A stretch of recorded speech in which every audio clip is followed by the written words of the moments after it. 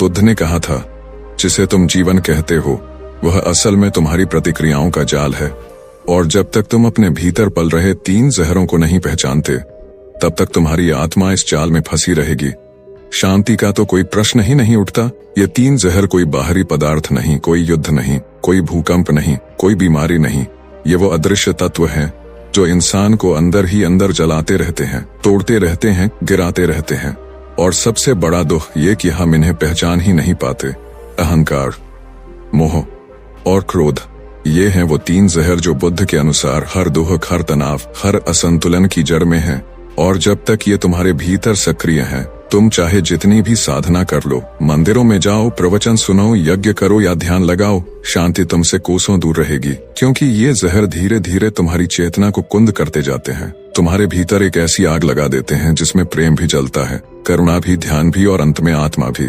बुद्ध ने इन जहरों को केवल मानसिक दोष नहीं कहा, उन्होंने इन्हें जीवन को नष्ट कर देने वाले सूक्ष्म राक्षस कहा है, जो बाहर से नहीं बल्कि तुम्हारे भीतर से उठते हैं, तुम्हारे अपने विचारों, अपेक्षाओं, वासनाओं और असुरक्षाओं से। बुद्ध ने चेताया था कि अगर तुम इन जहरों को गंभीरता से नहीं लोगे, अगर तुम इन्हें हल्के में लेते रहोगे, तो ये तुम्हें एक ऐसे अंधकार में ले जाएंगे जहां से लौटना कठिन होगा। क्योंकि ये 3 जहर तुम्हारी दृष्टि को धुंधला कर देते हैं, तुम्हारे विवेक को बंद कर देते हैं, और फिर तुम वही करते हो जो तुम्हें विनाश की ओर ले जाता है। तुम दूसरों को दोष देते हो, तुम्हारे भीतर क्रोध भरता है, तुम्हें हर चीज पर अधिकार चाहिए होता है, हर स्थिति तुम्हारी शर्तों पर होनी चाहिए। और जब ऐसा नहीं होता तो तुम्हारा अहंकार घायल होता है, और वही घायल अहंकार क्रोध को जन्म देता है। वही क्रोध तुम्हें मोह में डालता है, और वही मोह में डालता है, और वही मोह तुम्हें आत्मविस्मृति में डुबो देता है। और तब तुम केवल जीवित होते हो, जागृत नहीं। केवल चलते हो लेकिन जानते नहीं कि कहाँ जा रहे हो। तुम बोलते हो लेकिन मौन को नहीं जानते। तुम्हारे पास शब्द हैं लेकिन सत्य नहीं है।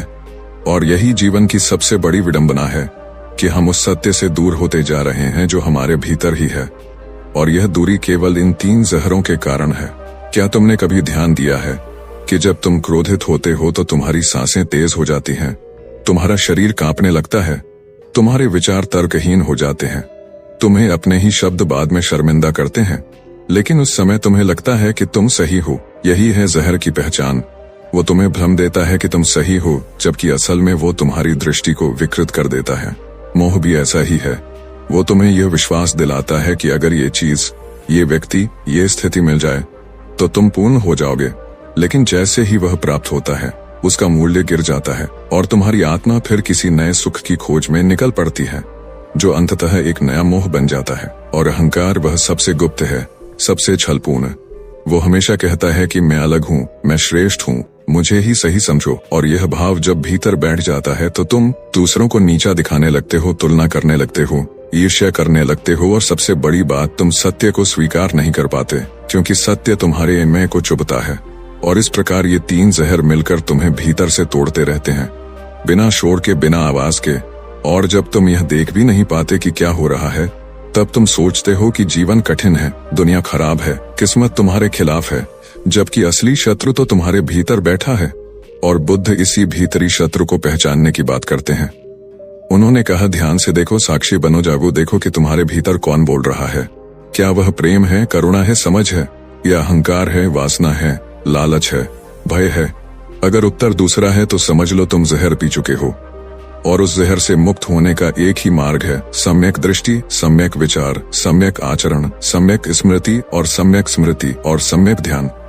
यही अष्टांग मार्ग है जो इन जड़ से काटता है, उन्हें जड़ से काटता है। लेकिन यह मार्ग आसान नहीं है। यह मार्ग साहस मांगता है। यह मांगता है कि तुम खुद को शीशे में देखो, बिना मेकअप के, बिना बहानों के, बिना बचाव के, जैसे तुम हो वैसे ही देखो। और तभी शुरू होती है शुद्धि, तभी शुरू होती है मुक्ति की यात्रा। और तब तुम्हें पहली बार पता चलता है कि शांति कोई चीज नहीं है जिसे बाहर से पाया जा सकता है।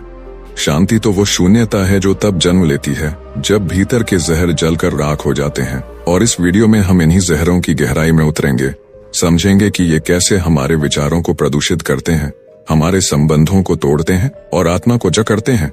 और साथ ही जानेंगे बुद्ध के वो साधन, वो उपाय, वो दृष्टिकोण जिनसे इन जहरों से मुक्ति संभव है। तो अगर आप अपने जीवन में शांति की खोज में हैं, अगर आप केवल सुख नहीं स्थायी शांति चाहते हैं तो इस पूरी वीडियो को अंत तक जरूर देखें, क्योंकि यहाँ कोई ऊपरी समाधान नहीं मिलेगा। यहाँ मिलेगा भीतर का उत्तर, एक ऐसा उत्तर जो शायद आपके जीवन को ही बदल दे। अगर आप इस यात्रा में हमारे साथ हैं तो कृपया इस बुद्ध ने कहा था, जिसे तुम जीवन कहते हो वह असल में तुम्हारी प्रतिक्रियाओं का जाल है, और जब तक तुम अपने भीतर पल रहे 3 जहरों को नहीं पहचानते तब तक तुम्हारी आत्मा इस जाल में फंसी रहेगी।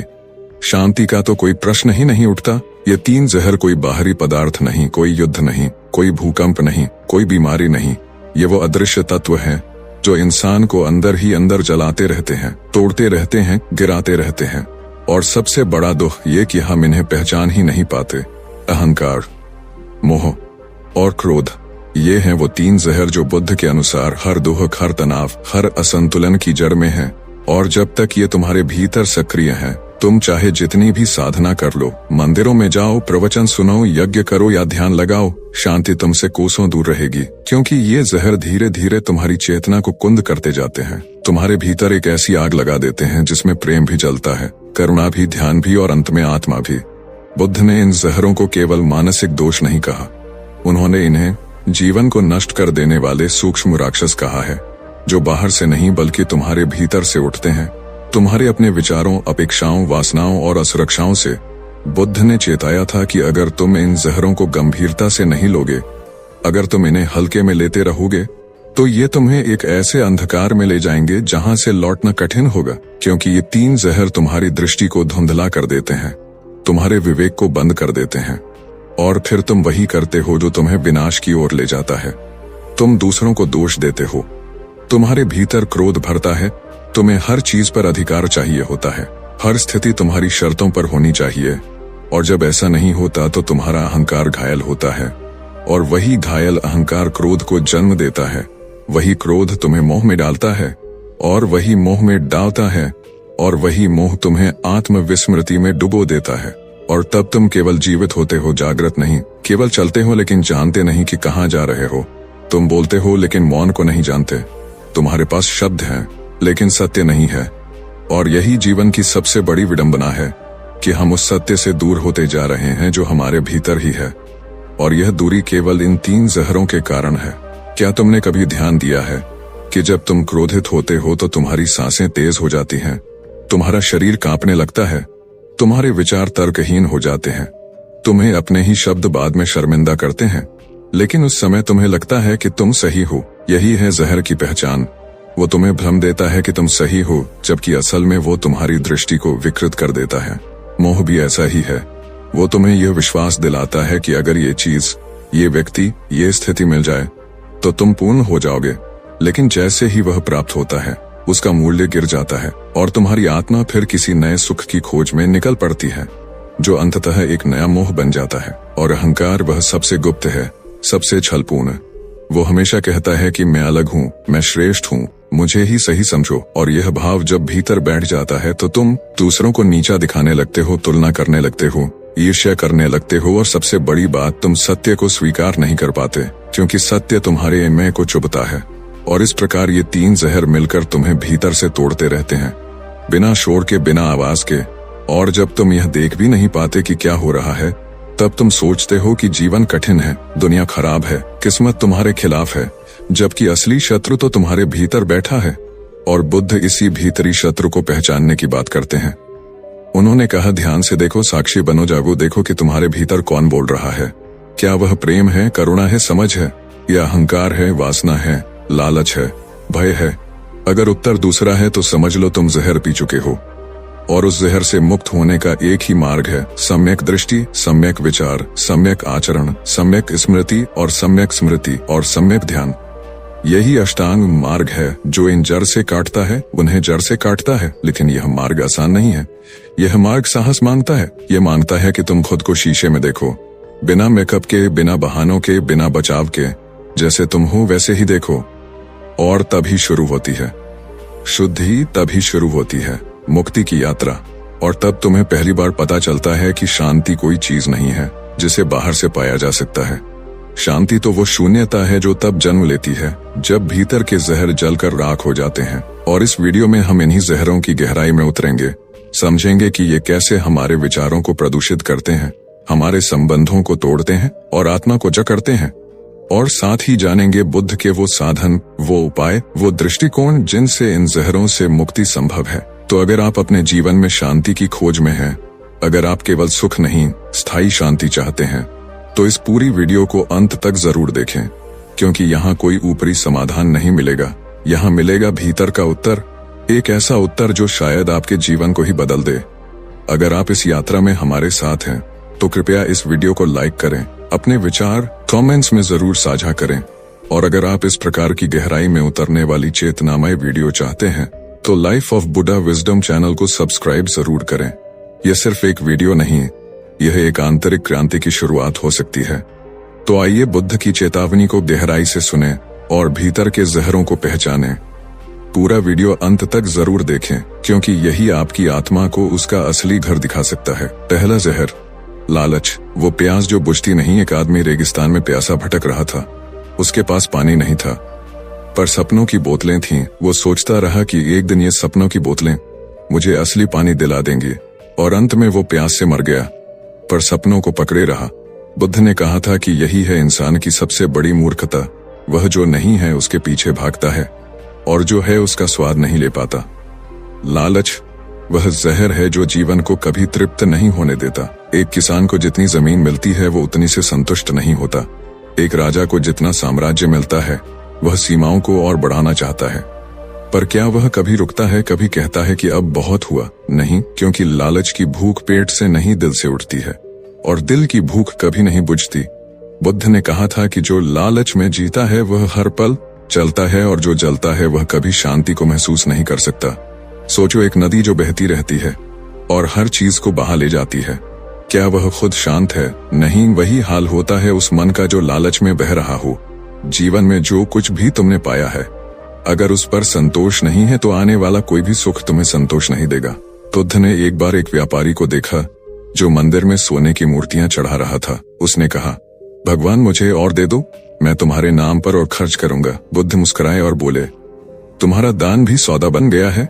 लालच केवल धन में नहीं होता, यह प्रशंसा में भी होता है, रिश्तों में भी होता है, ज्ञान में भी होता है। अगर तुम यह सोचो कि मुझे और जाना है और जानना है और बनना है, तब भी तुम्हारे भीतर एक भूख पल रही है। यह भूख जब तक है तब तक तुम कभी मौन नहीं हो सकते, और जहां मौन नहीं वहां शांति नहीं। एक बार एक साधक बुद्ध के पास आया और बोला, भगवान मुझे ध्यान नहीं लग रहा। बुद्ध ने पूछा, क्या चाहते हो?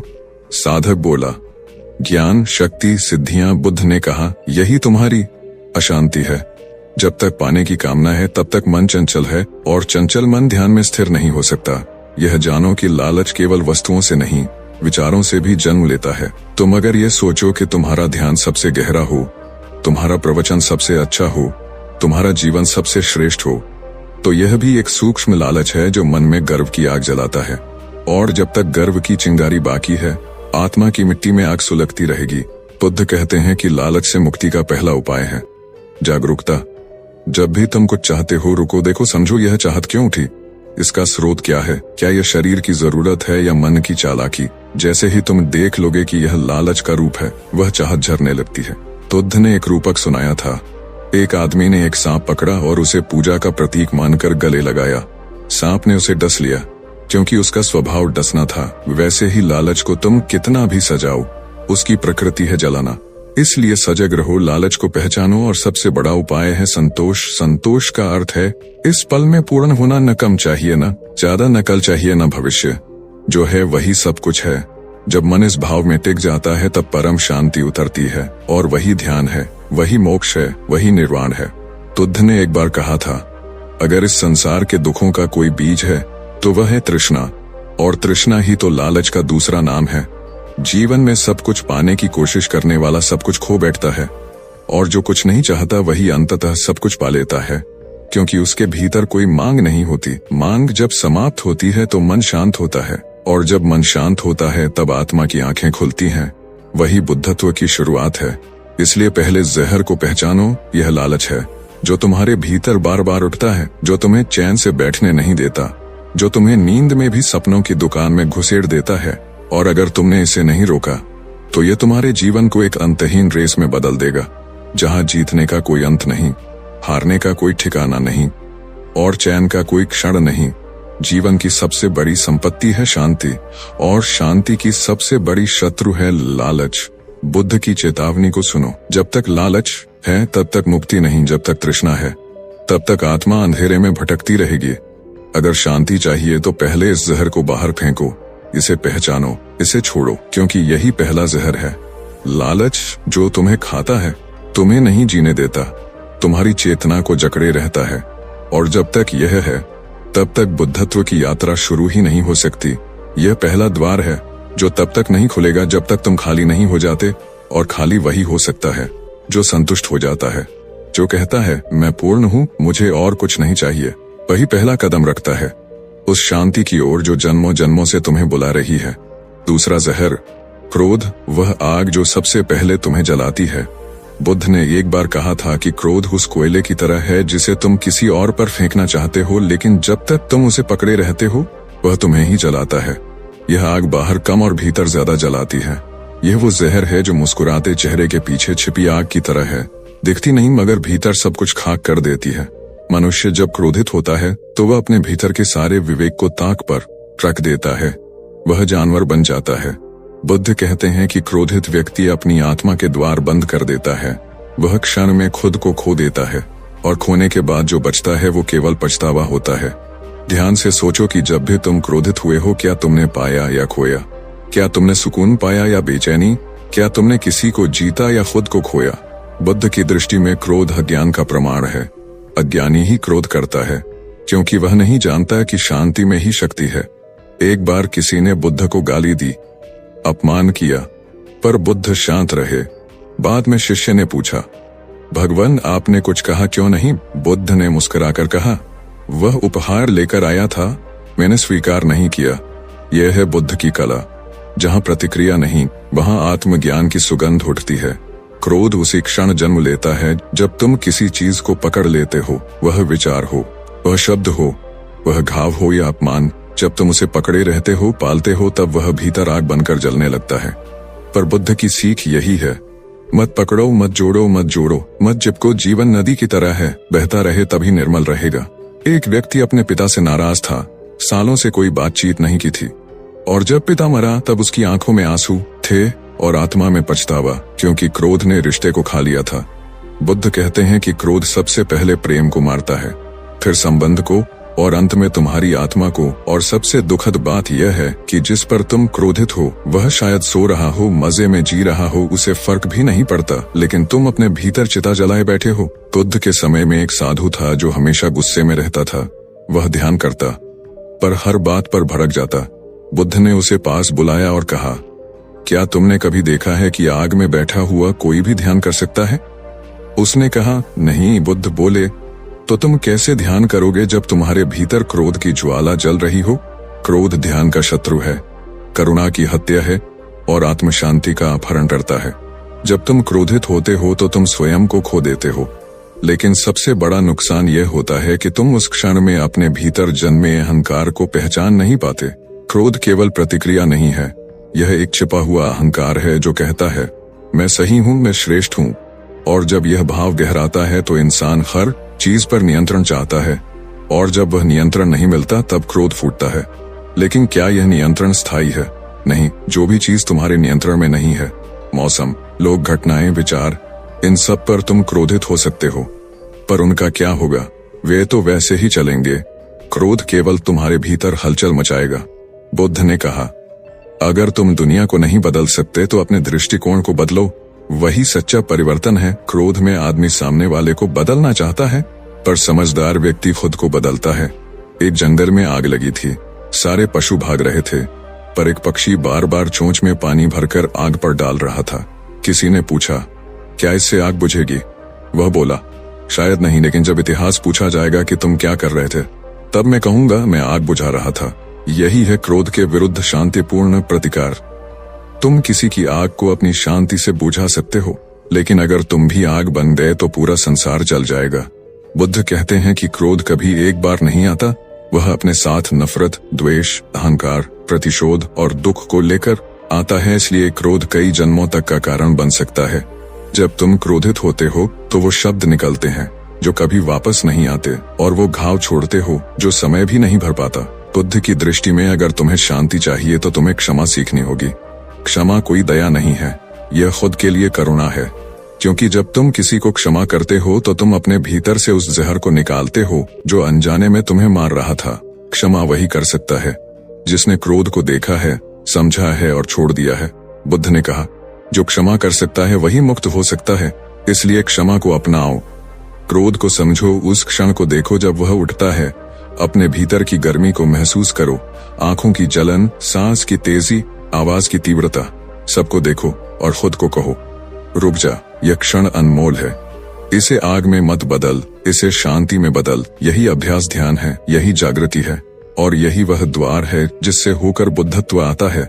बुद्ध ने ये चेतावनी दी थी, अगर क्रोध तुम्हारे भीतर है तो तुम कभी प्रेम को नहीं जान सकते, और जो प्रेम को नहीं जानता वह परमात्मा को कैसे जान सकता है, क्योंकि परमात्मा की पहचान ही प्रेम है। जो प्रेम में है वह शांत है, जो शांत है वही मुक्त है, और जो मुक्त है वही बुद्ध है। इस दूसरे जहर को पहचानो, इसे पकड़ो मत, बहने दो, निकलने दो, क्योंकि यह जहर हर उस फूल को मुरझा देता है जो भीतर खिलने वाला था। और जब तक यह आग भीतर है तब तक आत्मा की आवाज तुम्हें सुनाई नहीं देगी। याद रखो, जो शांत है वही बलवान है, जो क्षमाशील है वही बोधिसत्व है, और जो क्रोध को समझकर छोड़ देता है वही वह है जिसे संसार जागृत कहता है। तीसरा जहर मोह भ्रम का मीठा जाल। बुद्ध ने कहा था कि मोह सबसे सूक्ष्म पर सबसे विनाशकारी जहर है, क्योंकि यह तुम्हें धोखे में रखता है। तुम्हें वह दिखाता है जो है नहीं, और तुम उसी को पकड़कर बैठ जाते हो। जैसे कोई सपना हो जो टूटने वाला है, फिर भी तुम उसे हकीकत मान लेते हो। मोह वह मिठास है जो जुबान को लुभाती है पर आत्मा को बंधन में डाल देती है। यह वही चादर है जो सत्य को ढक देती है। जैसे किसी ने सोने की जंजीर पहन ली हो, चमकती है लेकिन जकड़ती भी है। यही मोह है। बुद्ध कहते हैं कि जब कोई चीज तुम्हें प्रिय लगने लगे तो सतर्क हो जाओ, क्योंकि मोह की जड़ वहीं से जमती है।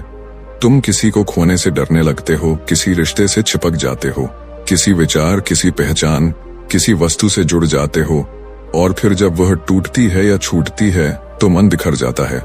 परंतु क्या यह संसार ठहरता है? नहीं, यहाँ हर चीज क्षणिक है। परिवर्तन ही इसका नियम है, और जो इस परिवर्तन को नकारता है वही मोह में है।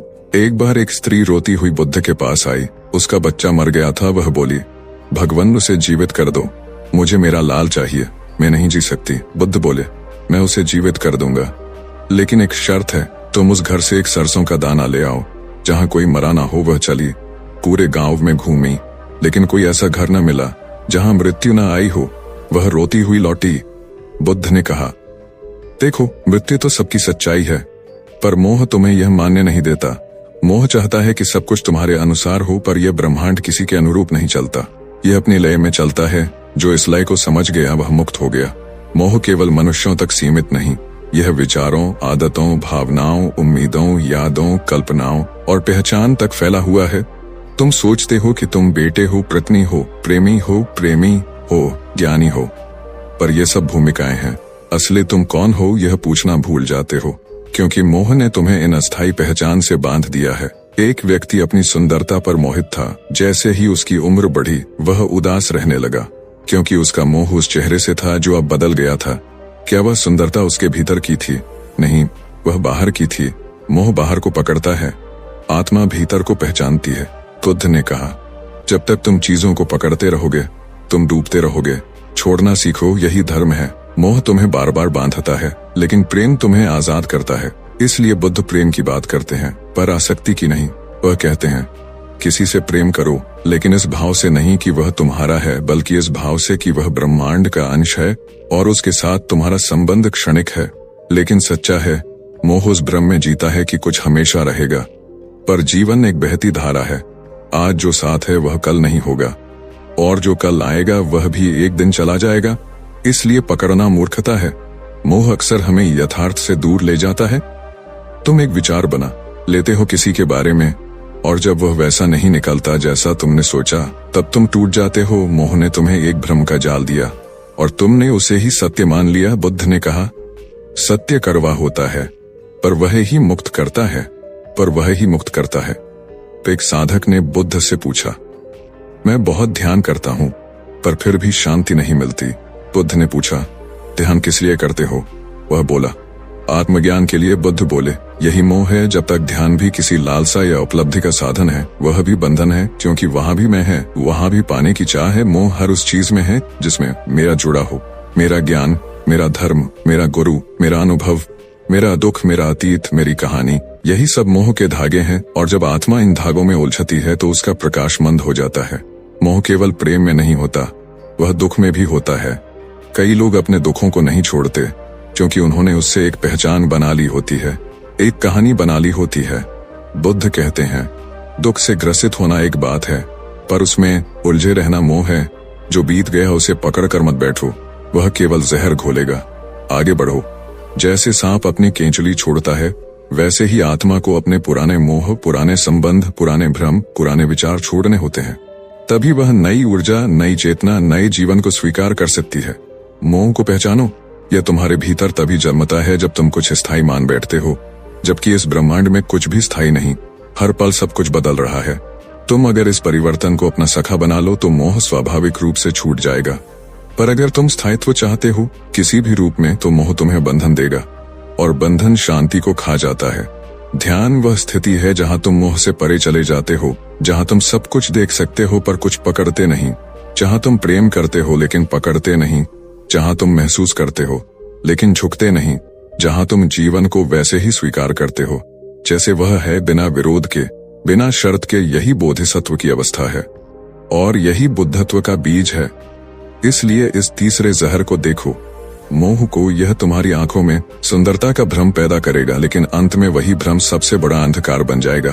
और अगर तुम मोह को पहचान सको, छोड़ सको, तो तुम अपने भीतर उस शांति को देख पाओगे जो पहले से ही वहां है, बस छिपी थी। इसलिए बुद्ध की यह अंतिम चेतावनी है, लालच से हटो, क्रोध को छोड़ो और मोह को काट दो, क्योंकि जब तक ये तीन जहर तुम्हारे भीतर हैं, तब तक शांति केवल एक शब्द है, एक कल्पना है, एक सपना है। लेकिन जब ये तीनों गिर जाते हैं तब भीतर सन्नाटा उतरता है, और उसी सन्नाटे में तुम्हें वो मिल जाता है जिसे बुद्ध ने निर्वाण कहा है, मुक्ति की शुरुआत। तीन जहरों से छुटकारा कैसे पाएं? बुद्ध ने जब तीन जहरों की बात की, लालच, क्रोध और मोह, तब उन्होंने केवल चेतावनी नहीं दी, उन्होंने मुक्ति का मार्ग भी दिखाया। क्योंकि कोई भी रोग केवल तब तक डरावना है जब तक उसका उपचार न हो, और बुद्ध की दृष्टि में आत्मा का हर रोग, हर जहर ध्यान, जागरूकता और करुणा से मुक्त हो सकता है। यह आसान नहीं है लेकिन असंभव भी नहीं, क्योंकि यह कोई बाहरी साधन नहीं है, यह तुम्हारे ही भीतर की यात्रा है। यह उसी ओर लौटना है जहां से तुम भटक गए थे, और सबसे पहला कदम है देखना, सिर्फ देखना, न भागना, न दबाना, न पकड़ना, केवल देखना। लालच जब उठता है तो तुम उसे देखो, जैसे कोई अजनबी दरवाजे पर आकर खड़ा हो। तुम उसे पहचानो पर भीतर मत बुलाओ। क्रोध जब उठे तो तुम उसे अनुभव करो, उसकी गर्मी को भीतर महसूस करो, पर उसमें बहो मत। मोह जब जकड़ने लगे तो तुम उस जकड़न को पहचानो और मुस्कुराकर कहो, मैं जानता हूं यह तुम हो, तुम पुराने हो पर अब मैं नया हूं। यही जागरूकता का बीज है। बुद्ध कहते हैं, साधना का मतलब किसी चीज से लड़ना नहीं, बल्कि उसे पूरी तरह देखना है, क्योंकि जैसे ही तुम किसी चीज को पूरे होश से देख लेते हो, वह अपना प्रभाव खो देती है, वो तुम्हें बांध नहीं पाती। इसलिए पहला अभ्यास है सतत देखना, हर लालच को, हर क्रोध को, हर मोह को ध्यान से देखना। दूसरा कदम है, यह मत कहो कि मेरे भीतर ये जहर नहीं होने चाहिए, यह मत कहो कि मैं पवित्र बन जाऊं, यह सब एक नया मोह बन जाता है। बुद्ध कहते हैं कि जो तुम हो उसे पूरी तरह स्वीकारो। अगर तुम में लालच है तो स्वीकारो कि यह है, अगर क्रोध है तो मान लो कि यह है, अगर मोह है तो सिर झुकाकर कहो कि हाँ, यह मेरा सच है। और जब तुम बिना विरोध के स्वीकार कर लेते हो, तब भीतर की शक्ति जागती है, क्योंकि सत्य को स्वीकारने से ही शक्ति उत्पन्न होती है। तीसरा कदम है समझ। केवल देखना और स्वीकार करना पर्याप्त नहीं है, तुम्हें यह भी समझना होगा कि यह जहर उठते क्यों है। बुद्ध कहते हैं, हर वृत्ति की एक जड़ होती है। जब तक तुम जड़ को नहीं समझते, तब तक तुम बार बार फल से लड़ते रहोगे। उदाहरण के लिए, अगर लालच है तो देखो यह कहां से आ रहा है। क्या यह डर से है? क्या यह असुरक्षा से है? क्या यह तुम्हारे बचपन की कोई भूख है जो पूरी नहीं हुई?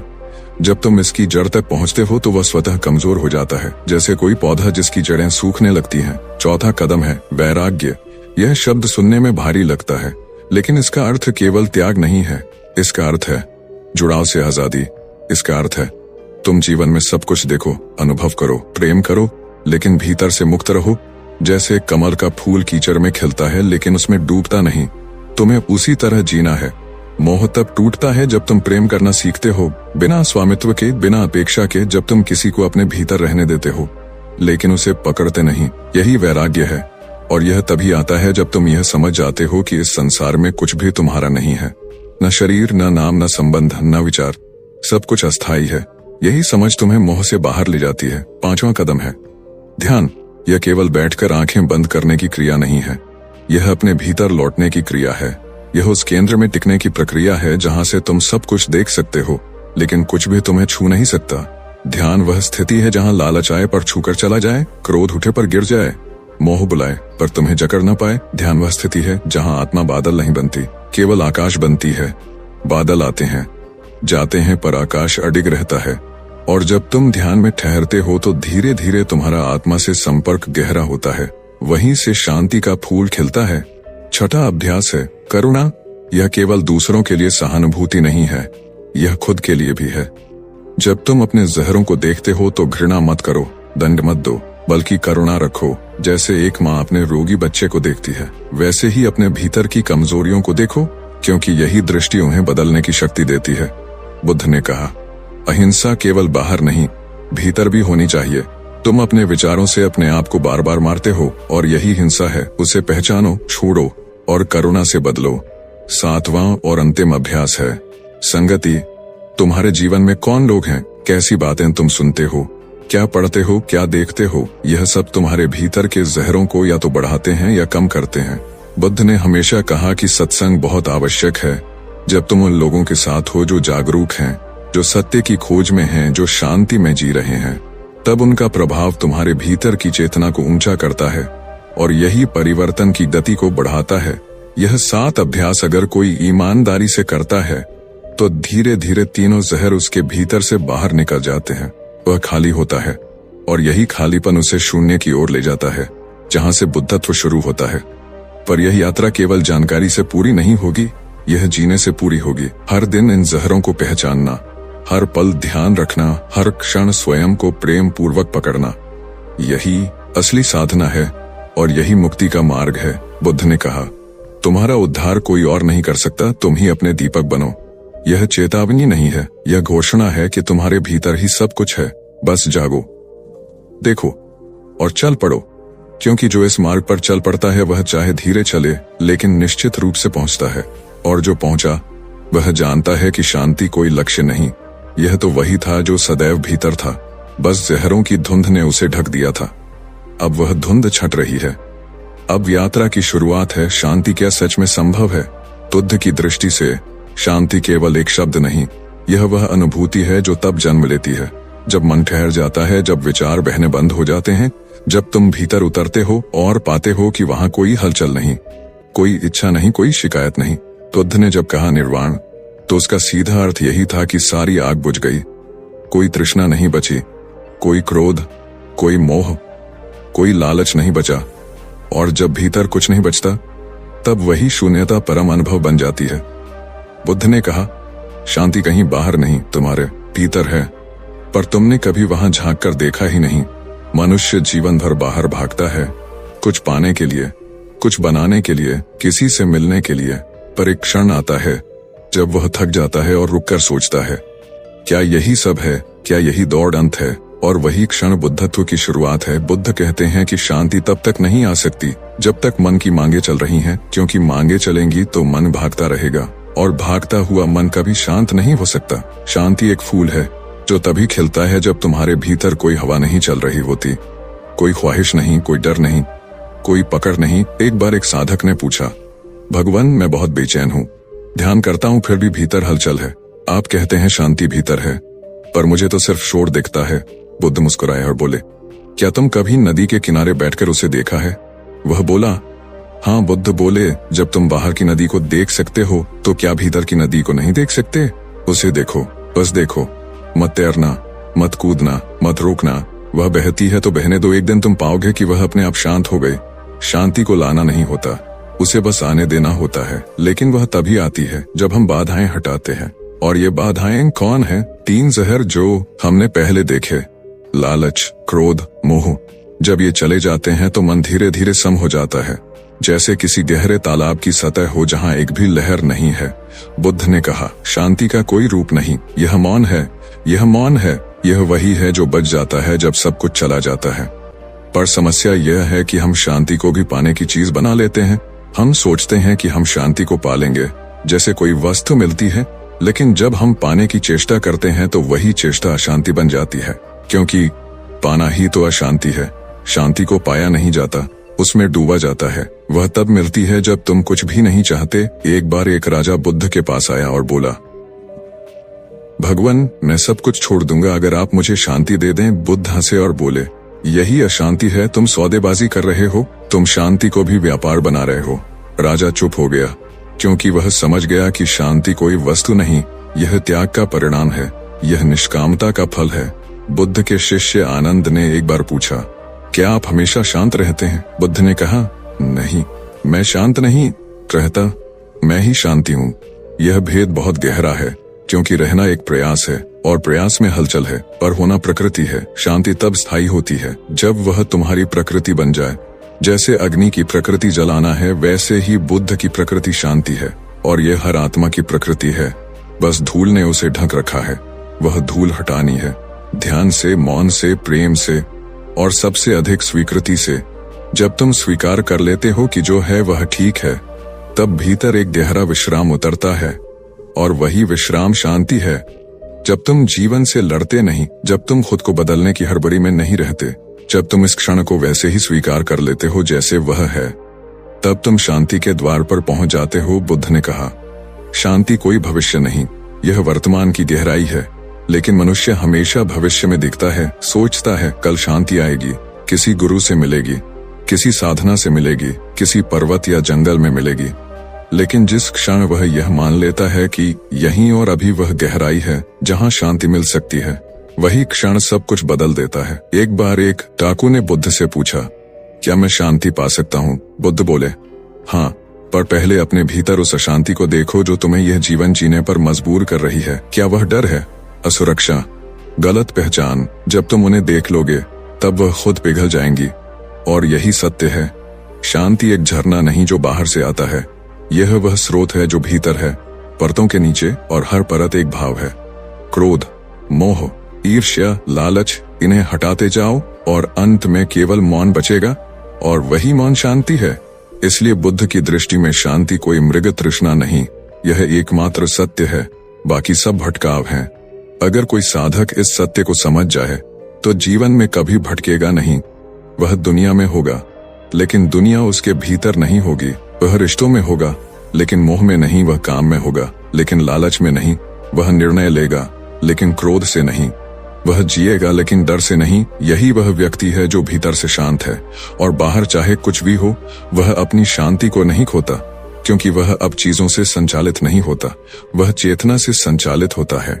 शांति की खोज में सबसे बड़ा बाधक है खोजना, क्योंकि खोज में तुम दौड़ रहे हो, और दौड़ में तुम देख नहीं सकते, और जो नहीं देख सकता वह कैसे पा सकता है। इसलिए बुद्ध कहते हैं, ठहरो, बस ठहरो और अपने भीतर देखो, तुम्हें वही सब मिलेगा।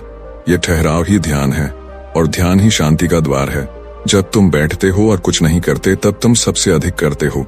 तुम अपने भीतर उतरते हो, और वहां से जो दिखता है वह सत्य होता है, बिना रंग के, बिना शोर के, बिना अपेक्षा के। वह अनुभव जब होता है तब शब्द रुक जाते हैं, मन मौन हो जाता है, और आत्मा मुस्कुराती है। और वही बुद्धत्व है, वही शांति है, वही मुक्ति है। 3 जहरों की जड़। अहंकार, सबसे गुप्त बाधा अहंकार, वह सूक्ष्म जहर जो बाहर से अमृत जैसा लगता है, लेकिन भीतर आत्मा को चुपचाप नष्ट करता है। यह वह बंधन है जिसे बांधने वाला स्वयं को मुक्त समझता है, और यही इसकी सबसे खतरनाक चाल है। बुद्ध ने कहा था कि जब तक कोई स्वयं को मैं मानता है, तब तक वह संसार में ही भटकता है। चाहे वह हिमालय में जाकर बैठ जाए, चाहे वह मौन धारण कर ले, चाहे वह कितना ही ज्ञान अर्जित कर ले, अगर मैं का बीज भीतर रह गया तो वह बीज वृक्ष बनकर क्रोध, मोह और दुख की शाखाओं को जन्म देगा।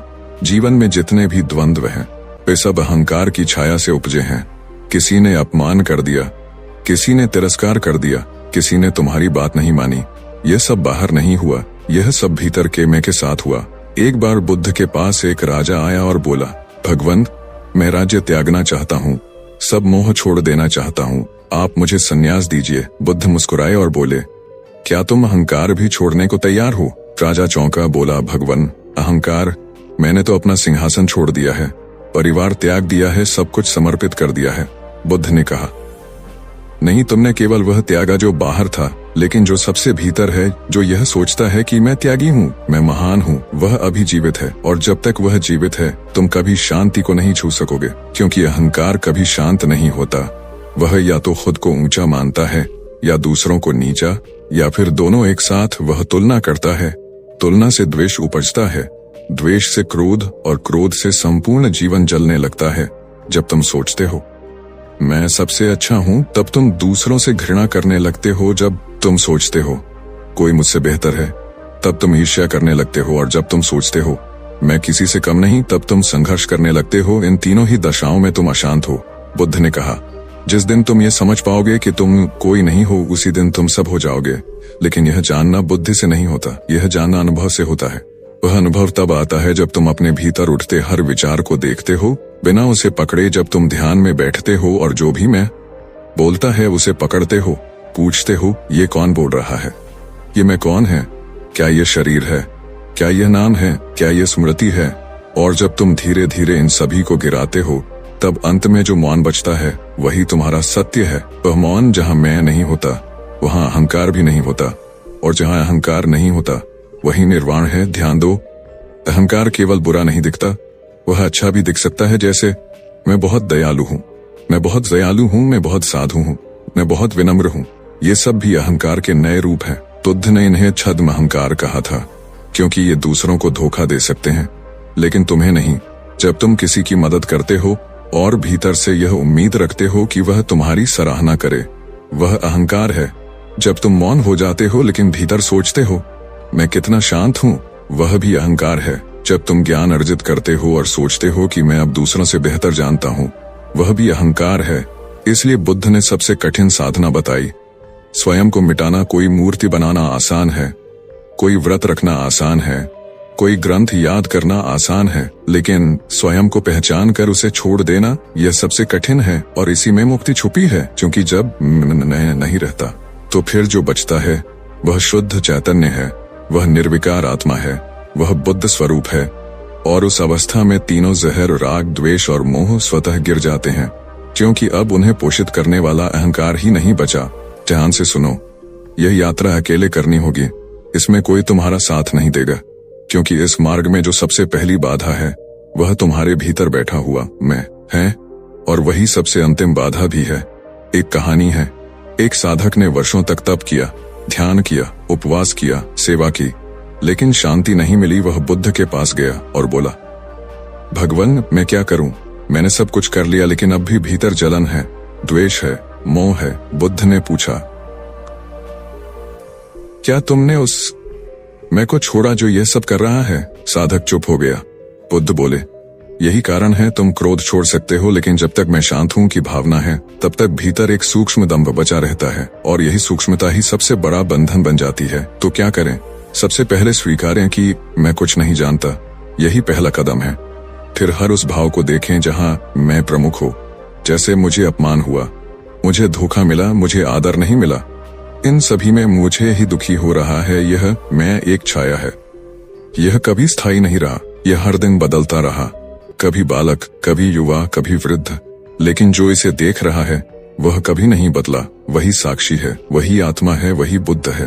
अहंकार का अस्तित्व केवल तब तक है जब तक तुम स्वयं को एक नाम, एक शरीर, एक पहचान मानते हो।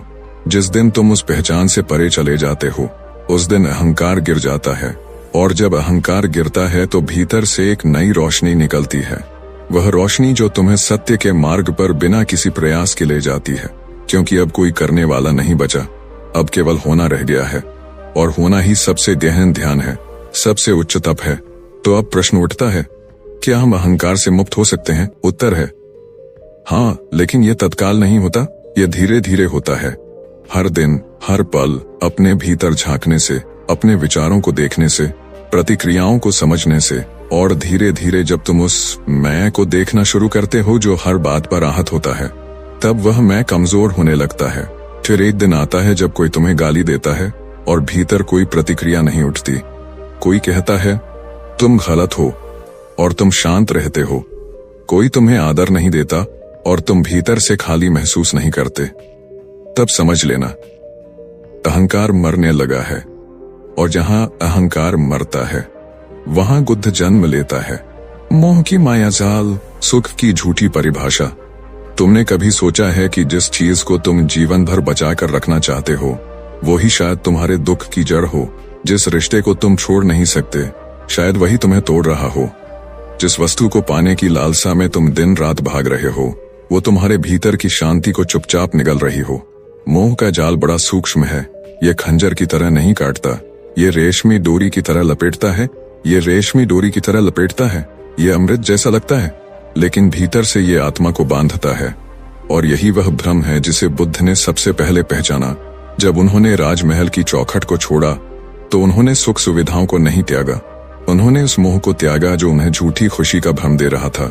मोह यानी पकड़, यानी लगाव, यानी किसी वस्तु, व्यक्ति या विचार के साथ ऐसी पहचान बना लेना जो आत्मा को विस्मृत कर दे। मोह ही वो पहला झूठ है जिसे हम बचपन से सच मानते हैं। हमें सिखाया गया कि अगर कुछ अच्छा लगे तो उसे थाम लो, अगर कोई व्यक्ति अच्छा लगे तो उसे अपना लो, अगर कोई बात अच्छी लगे तो उसी में जी लो। लेकिन यही पकड़ धीरे धीरे भय का रूप लेती है। खोने का डर, अलग हो जाने का डर, खाली हो जाने का डर, और इसी डर से जन्म लेते हैं लालच, झूठ, द्वेष। और फिर जब वो चीज छीन लेते हैं, लालच चाहती है, जब वो व्यक्ति दूर चला जाता है तो हम बिखर जाते हैं क्योंकि हमारा सुख उस पर टिका था। बुद्ध ने कहा जो भी बदलने वाला है उस पर कभी मत टिको, क्योंकि परिवर्तन ही संसार का नियम है। और मोह परिवर्तन को स्वीकार नहीं करता। मोह चाहता है सब कुछ स्थिर रहे, वैसा ही जैसा उसे चाहिए। लेकिन जीवन नदी है, जो बहती है वो नया लाती है, और जो बहाव के विरुद्ध थमता है वो सड़ जाता है। मोह इसी सड़न की शुरुआत है। तुम देखो तो सही, जब कोई रिश्ता तुम्हारे भीतर घुटन लाता है, जब कोई आदत तुम्हें भीतर से तोड़ती है, तब भी तुम उसे नहीं छोड़ पाते, क्योंकि तुम्हारा मन कहता है अगर मैंने ये खो दिया तो मेरा क्या होगा। यही मोह हावी हो जाता है और फिर तुम्हारा अस्तित्व उसी चीज का गुलाम बन जाता है। बुद्ध ने कहा जहां पकड़ है वहां पीड़ा है, और जहां पीड़ा है वहां मुक्ति नहीं। मोह की सबसे गहरी चाल यही है कि वह प्रेम का मुखौटा पहनता है। हम सोचते हैं कि हम प्रेम कर रहे हैं, लेकिन भीतर गहरा डर होता है, खो देने का, अस्वीकार कर दिए जाने का, अकेले छूट जाने का। यही डर हमें बांधता है और मोह को जीवन भर के लिए आमंत्रित कर देता है। बुद्ध ने मोह की पहचान बताई। जब भी तुम किसी चीज को खोने से डरने लगो, समझ लो कि वहां मोह है, और जहां मोह है वहां भ्रम है, वहां शांति नहीं है, सुख नहीं है, बस एक क्षणिक संतोष है। जैसे रेगिस्तान में मृग तृष्णा जिसे पाने के लिए हिरण दौड़ता है लेकिन अंत में थक कर गिर जाता है। बुद्ध कहते हैं तुम्हारा वास्तविक सुख उस चीज में नहीं है जिसे तुम पाना चाहते हो, बल्कि उस पाने की लालसा से मुक्त होने में है। मोह वो धागा है जो संसार से हमें बांधता है, और मोक्ष वो अवस्था है जहां वो धागा टूटता है। मोह की सबसे गहरी जड़ स्वे की भ्रांति है। ये मेरा है, ये मैं हूं, ये मेरा है, ये मैं हूं, ये मेरे बिना अधूरा है, और यहीं से मोह जन्म लेता है। तुम किसी वस्तु से नहीं, उस वस्तु के होने के भाव से मोह करते हो। कोई व्यक्ति तुम्हारे जीवन में न हो तब तक ठीक है, लेकिन जैसे ही वो आता है और तुम्हारे मन की कल्पनाओं से मेल खाता है, तुम उसे पकड़ना चाहते हो हमेशा के लिए। और जब वो वैसा न रहे जैसा तुम चाहते हो, तब तुम दुखी हो जाते हो। यही मोह का स्वभाव है। पकड़ो, फिर डर हो, फिर खो, फिर दुख हो, और फिर उसी दुख में डूबकर और ज्यादा पकड़ो। यह चक्र चलता रहता है जब तक तुम उसे पहचान न लो। बुद्ध ने यही चक्र तोड़ा था जब उन्होंने कहा मैं कुछ नहीं हूं, मैं किसी का नहीं हूं, कोई मेरा नहीं है, और यही मेरी सबसे बड़ी आजादी है। यही मोह से ऊपर उठने की कुंजी है। लेकिन ये आसान नहीं, क्योंकि मोह हमारे भीतर आदत बन चुका है। जैसे ही कोई अच्छा व्यवहार करता है हम उससे जुड़ जाते हैं, जैसे ही कोई बात अच्छा लगती है हम उसमें लिप्त हो जाते हैं। लेकिन ये जुड़ाव अगर जागरूकता से ना हो तो ये धीरे धीरे मोह बन जाता है, और यही मोह फिर हमारी स्वतंत्रता को छीन लेता है। तुम सोचो, क्या तुम उस व्यक्ति के बिना भी उतने ही शांत रह सकते हो जिससे तुम जुड़े हो? क्या तुम उस आदत के बिना भी उतने ही संतुष्ट हो सकते हो जो तुम्हें अच्छा लगती है? अगर जवाब नहीं है तो समझो मोह सक्रिय है। बुद्ध ने मोह की काट बताई, वैराग्य। लेकिन ये वैराग्य भागना नहीं है, त्यागना नहीं है, यह वह गहराई है जहां तुम सबके साथ होते हुए भी भीतर से मुक्त होते हो। ये वो अवस्था है जहां तुम प्रेम करते हो लेकिन पकड़ते नहीं हो, तुम स्नेह करते हो लेकिन स्वार्थ से नहीं, तुम जुड़ते हो लेकिन अपेक्षा से नहीं। यही सच्चा वैराग्य है, मोह से परे प्रेम। जब बुद्ध ने आनंद को देखा जो उन्हें लगातार सेवा करता था, और एक दिन बुद्ध ने कहा, आनंद, क्या तुम मेरे बिना रह पाओगे? आनंद रो पड़ा, कहा, भगवान, मैं आपके बिना श्वास भी नहीं ले सकता। बुद्ध ने शांत होकर कहा, आनंद, जब तक तुम मुझसे मोह करोगे तुम मेरी शिक्षा को नहीं समझ पाओगे। मोह हर चीज को धुंधला कर देता है, ये तुम्हारी दृष्टि को सीमित कर देता है, क्योंकि तुम सिर्फ उस एक चीज, व्यक्ति या अनुभव में लिप्त हो जाते हो और जीवन की अनंतता खो बैठते हो। मोह हमें समेटता है, प्रेम हमें विस्तारित करता है। मोह बांधता है, प्रेम मुक्त करता है। मोह में भय है, प्रेम में साहस। मोह में अपेक्षा है, प्रेम में समर्पण। मोह में अंत है, प्रेम में आरंभ। बुद्ध ने जो मार्ग दिखाया वह मोह से मुक्ति का मार्ग है, एक ऐसा मार्ग जहां तुम किसी चीज को छोड़ने से नहीं डरते।